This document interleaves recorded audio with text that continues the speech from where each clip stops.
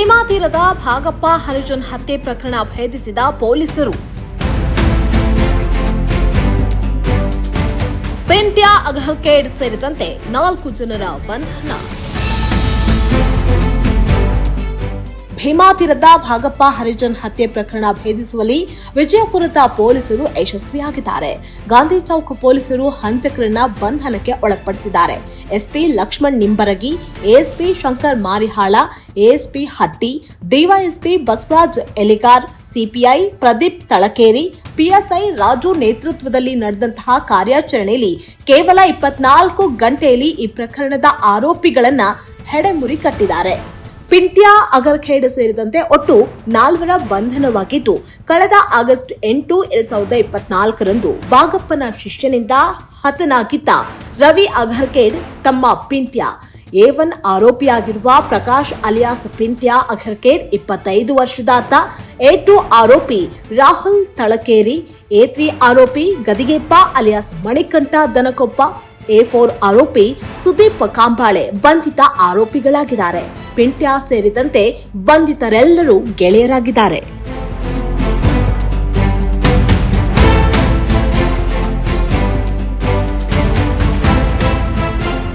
ದಿನಾಂಕ 11/2/2025ರಂದು ವಿಜಯಪುರ ಸಿಟಿಯ ಗಾಂಧಿ ಚೌಕ್ ಪೊಲೀಸ್ ಠಾಣಾ ವ್ಯಾಪ್ತಿಯ ಮದಿನಾ ನಗರದಲ್ಲಿ ರಾತ್ರಿ 9:30 ಗಂಟೆಗೆ ಪಿಂಟು ಮತ್ತೆ 4-5 ಜನ ದುಷ್ಕರ್ಮಿಗಳು ಸೇರಿ ಭಾಗಪ್ಪ ಹರಿಜನ್ ಇದನ್ನ ಪಿಸ್ತೂಲ್ನಿಂದ ಗುಂಡು ಹಾರಿಸಿ ಮತ್ತೆ ತಲವಾರು ಕೊಡ್ಲಿ ಯಂತ್ರ ಆತನಿಗೆ ಮಾರಣಾಂತಿಕ ಹಲ್ಲೆಯನ್ನ ಮಾಡಿ ಸ್ಥಳದಲ್ಲಿ ಭಾಗಪ್ಪ ಹರಿಜನ್ ಮೃತಪಟ್ಟಿರ್ತಾನೆ.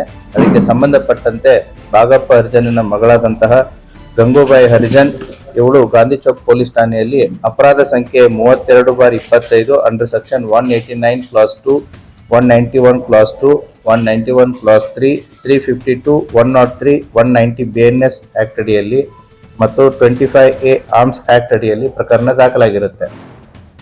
ಮೃತನಾದಂತಹ ಯಾರು ಭಾಗಪ್ಪ ಹರಿಜನ್ ಈಗಾಗಲೇ ಅವನು ಅಪರಾಧಿಕ ಹಿನ್ನೆಲೆಯನ್ನ ಉಳ್ಳವನಾಗಿದ್ದು ಆತನ ಮೇಲೆ 10ಕ್ಕೂ ಹೆಚ್ಚು ಪ್ರಕರಣಗಳು ದಾಖಲಾಗಿತ್ತು. ಅದರಲ್ಲಿ 6ಕ್ಕೂ ಹೆಚ್ಚು ಪ್ರಕರಣಗಳು ಆತನ ಮೇಲೆ ಮರ್ಡರ್ ಕೇಸ್ಗಳು ಕೂಡ ದಾಖಲಾಗಿತ್ತು. ಸೊ ಈ ಹಿನ್ನೆಲೆಯಲ್ಲಿ ಆತನ ಅಸೋಸಿಯೇಟ್ ಆದಂತಹ ಒಬ್ಬ ರವಿ ಮೇಲಿನ್ಕೇರಿ ಅನ್ನೋನು ಕಳೆದ 6 ತಿಂಗಳ ಮುಂಚೆ ಮರ್ಡರ್ ಆಗ್ತಾನೆ.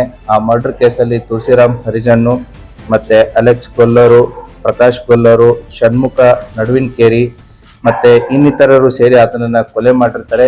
ಈಗಾಗಲೇ ಆ ಎಲ್ಲಾ ಕೊಲೆ ಆರೋಪಿಗಳು ನ್ಯಾಯಾಂಗ ಬಂಧನದಲ್ಲಿದ್ದಾರೆ. ಈ ರವಿ ಮೆಲ್ಕಿನ್ ಮೇರಿ ಮತ್ತೆ ಭಾಗಪ್ಪ ಹರಿಜನ್ ಇವರು ಕೂಡ ಒಂದೇ ತಂಡದಲ್ಲಿದ್ದು ಇವರು ಕೂಡ ಹಲವಾರು ವರ್ಷಗಳಿಂದ ಕೂಡಿ ಕೆಲಸ ಮಾಡಿರ್ತಾರೆ. ಅವರ ಮಧ್ಯೆ ಸಾಕಷ್ಟು ವ್ಯವಹಾರಗಳನ್ನು ಕೂಡ ಇರುತ್ತೆ. ಹಣಕಾಸಿನ ವ್ಯವಹಾರ ಆಗಿರ್ಬೋದು, ರಿಯಲ್ ಎಸ್ಟೇಟ್ ವ್ಯವಹಾರ ಆಗಿರ್ಬೋದು, ಇವರಿಬ್ರು ಕೂಡಿ ಕೆಲಸವನ್ನ ಮಾಡಿರ್ತಾರೆ.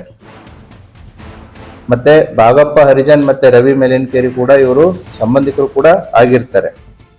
ಆದ್ರೆ ರವಿ ಮೆಲಿನ್ಕೇರಿ ಮೃತಪಟ್ಟ ನಂತರ ಈಗೇನು 6 ತಿಂಗಳಾದ ನಂತರ ಭಾಗಪ್ಪ ಹರಿಜನ್ನು ಈತನ ತಮ್ಮನಾದಂತಹ ಪ್ರಕಾಶ್ ಮೆಲಿನ್ಕೇರಿ ಏನಿದ್ದಾನೆ ಆತನಿಗೆ ಸಾಕಷ್ಟು ಒತ್ತಡವನ್ನ ತರ್ತಾ ಇರ್ತಾನೆ.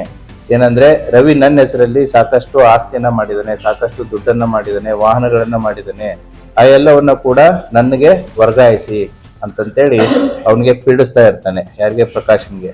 ಅಷ್ಟೇ ಅಲ್ಲದೇ ಇಷ್ಟೆಲ್ಲ ಕೊಡಕ್ಕಾಗದೇ ಇದ್ರೆ 10 ಕೋಟಿ ರೂಪಾಯಿ ಕೊಡಿ ಅಂತಂತ ಹೇಳಿ ಭಾಗಪ್ಪ ಹರಿಜನ್ನು ಪ್ರಕಾಶ್ ಮೇಲಿನ್ಕೇರಿ ಮೇಲೆ ಒತ್ತಡವನ್ನ ಹೇರ್ತಾ ಇರ್ತಾನೆ. ಇದು ಯಾವ ಹಂತಕ್ಕೆ ಹೋಗುತ್ತೆ ಅಂತಂತಂದ್ರೆ ದುಡ್ಡು ಕೊಡಕ್ಕಾಗದೇ ಇದ್ರೆ, ಆಸ್ತಿ ಕೊಡಕ್ಕಾಗದೇ ಇದ್ರೆ ಅವಾಚ್ಯವಾಗಿ ಆತನ ಅಣ್ಣನ ಹೆಂಡತಿಯ ಬಗ್ಗೆ ಈತ ಭಾಗಪ್ಪ ಹರಿಜನ್ನು ಮಾತಾಡಿರ್ತಾನೆ. ಸೊ ಇದರಿಂದ ಬೇಸತ್ತಂತ ಪ್ರಕಾಶ್ ಮೇಲಿನ್ಕೇರಿ ಏನ್ ಮಾಡ್ತಾನೆ ಅಂತಂತಂದ್ರೆ ಆತನ ಸ್ನೇಹಿತರಿಗೆ ಇದರ ಬಗ್ಗೆ ಡಿಸ್ಕಷನ್ ಮಾಡ್ಕೊಂಡಿರ್ತಾನೆ. ಸೊ ಯಾವಾಗ ಈ ವಾದ ವಿವಾದದಲ್ಲಿ ಒಂದು ದಿನ ಭಾಗಪ್ಪ ಹರಿಜನ್ ಏನ್ ಹೇಳ್ತಾನೆ ಅಂತಂದ್ರೆ ಪ್ರಕಾಶ್ಗೆ, ನನ್ನನ್ಗೆ ಆದಂತ ಗತಿನೇ ನಿನಗಾಗತ್ತೆ, ಅದು ಅದೇ ರೀತಿ ನಿನಗೆ ಮಾಡುತ್ತೆ ಅಂತಂತ ಹೇಳಿದಾಗ ಪ್ರಕಾಶ್ ಮೇಲಿನ್ಕೇರಿಗೆ ಕನ್ಫರ್ಮ್ ಆಗುತ್ತೆ ನಮ್ಮನ್ನ ಹೊಡ್ಸಿದ್ದು ಭಾಗಪ್ಪ ಹರಿಜನನೇ ಅಂತಂತ ಹೇಳಿ. ಸೊ ಆ ಹಿನ್ನೆಲೆಯಲ್ಲಿ ಪ್ರಕಾಶ್ ಆತ ತಂಡವನ್ನ ಕಟ್ಕೋತಾನೆ.